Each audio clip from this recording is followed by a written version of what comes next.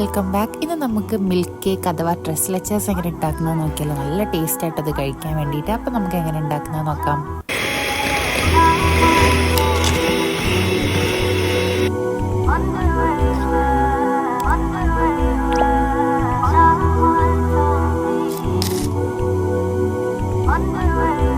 ആദ്യം തന്നെ ഒരു ബൗളിലേക്ക് നമുക്ക് 3 മുട്ട പൊട്ടിച്ചൊഴിച്ച് കൊടുത്തതിന് ശേഷം നന്നായിട്ടൊന്ന് ബീറ്റ് ചെയ്തെടുക്കാം.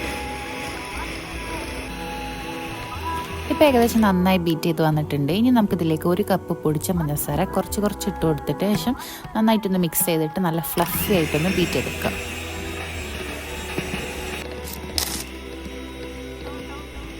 ഇപ്പോൾ ഇത് എല്ലാ പഞ്ചസാര ഇട്ട് കൊടുത്തതിന് ശേഷം നല്ല ഫ്ലഫി ആയിട്ട് നല്ലൊരു വൈറ്റ് ക്രീമി കൺസിസ്റ്റൻസിയിൽ എത്തിയിട്ടുണ്ട്. ഇനി നമുക്കിതിലേക്ക് 1 ടീസ്പൂൺ അളവിൽ വാനില എസൻസും കൂടി ഒഴിച്ചു കൊടുത്തതിന് ശേഷം ഒന്ന് ബീറ്റ് ചെയ്തെടുക്കാം. ഇനി നമുക്ക് ഒരു പാത്രത്തിലേക്ക് 1 കപ്പ് മൈദ അരിച്ചതൊന്ന് ഇട്ട് കൊടുക്കാം. ഇത് നമ്മൾ ഡസ്റ്റ് പാർട്ടിക്കിൾസ് ഒക്കെ പോകാൻ വേണ്ടിയിട്ടാണ്. അത് കഴിഞ്ഞിട്ട് നമ്മുടെ ബാറ്ററിലേക്ക് ഇത് 2-3 സ്പൂൺ അളവിൽ ഇട്ട് കൊടുത്തതിന് ശേഷം നന്നായിട്ടൊന്ന് മിക്സ് ചെയ്തെടുക്കാം. ഇപ്പോൾ നമ്മുടെ ബാറ്റർ ഇവിടെ റെഡി ആയിട്ടുണ്ട്. ഇനി നമുക്കിതിലേക്ക് അതായത് നമ്മളിപ്പോൾ ബേക്കിംഗ് പൗഡർ യൂസ് ചെയ്യണില്ല. അപ്പോൾ അതിന് പകരമായിട്ട് ഒരു പാത്രത്തിലേക്ക് നമ്മൾ 1 ടീസ്പൂൺ ബേക്കിംഗ് സോഡയും 1 ടേബിൾ സ്പൂൺ വിനേഗറും കൂടി ഒഴിച്ചു കൊടുക്കാം. അത് കഴിഞ്ഞിട്ട് നമ്മളുടെ കേക്ക് ട്രേയിലേക്ക് മാറ്റാം.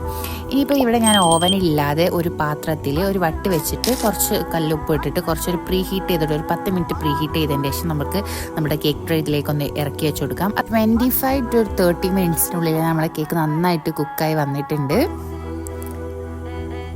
ഇപ്പം നമ്മുടെ കേക്ക് നല്ലോണം വെന്ത് വന്നിട്ടുണ്ട്. ഇനി നമുക്കിത് കുറച്ച് നേരം ഒന്ന് ചൂടാറാൻ വേണ്ടി എടുത്ത് വെക്കാം. ഇനി നമ്മുടെ കേക്കിലേക്കുള്ള മിക്സ് റെഡിയാക്കാം. അപ്പം അതിനായിട്ട് 1 കപ്പ് പാലും 1 കണ്ടെയ്നറിൻ്റെ 1/4 ഭാഗം കണ്ടൻസ് മിൽക്ക് ഒഴിച്ചു കൊടുക്കാം. അതിനുശേഷം 1/4 കപ്പോളം നമ്മുടെ വിപ്പിംഗ് ക്രീമും കൂടി ഒഴിച്ചു കൊടുത്തിട്ട് നന്നായിട്ടൊന്ന് മിക്സ് ചെയ്യാം. ഈ പാലും കണ്ടൻസ് മിൽക്കും അതുപോലെ തന്നെ വിപ്പിംഗ് ക്രീമിൻ്റെയും കൂടി മിക്സ് നമ്മുടെ കേക്കിൽ സോക്ക് ചെയ്ത് കഴിക്കാൻ നല്ല അടിപൊളി ടേസ്റ്റാണ്. ഇനിയിപ്പോൾ ഞാനൊരു മിൽക്ക് കേക്കിൻ്റെ ട്രേയിലേക്ക് നമ്മുടെ കേക്ക് വെച്ച് കൊടുത്തതിന് ശേഷം ഫോക്ക് വെച്ചിട്ട് ഇങ്ങനെ കുത്തി കൊടുക്കുന്നുണ്ട്. എന്നിട്ട് നമ്മളുടെ മിക്സ് ഇതിലേക്ക് ഒഴിച്ചു കൊടുത്തിട്ട് നന്നായിട്ട് സോക്ക് ചെയ്യണം. അപ്പോഴാണ് നമ്മളുടെ ആ ഒരു മിൽക്ക് കേക്കിൻ്റെ ഒരു കറക്റ്റ് ടേസ്റ്റ് നമുക്ക് കിട്ടുക.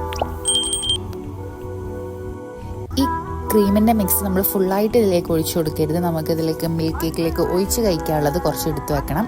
ഇതെല്ലാം സോക്ക് ആയതിന് ശേഷം കുറച്ച് വിപ്പിംഗ് ക്രീം ബീറ്റ് ആക്കിയിട്ട് നമ്മളുടെ കേക്കിൻ്റെ മേലൊന്ന് സ്പ്രെഡ് ചെയ്ത് കൊടുക്കാം.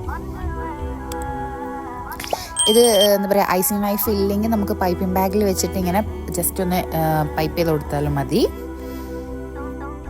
ഈ ക്രീം ഫുള്ള് നമ്മൾ കേക്കിൻ്റെ മേലെ അപ്ലൈ ചെയ്ത് കൊടുത്തതിന് ശേഷം നമുക്ക് ഒന്ന് ഡെക്കറേറ്റ് ചെയ്തെടുക്കാം. ഞാനിപ്പോൾ വളരെ സിമ്പിളായിട്ടുള്ള ഡിസൈനാണ് ചെയ്തിട്ടുള്ളത്.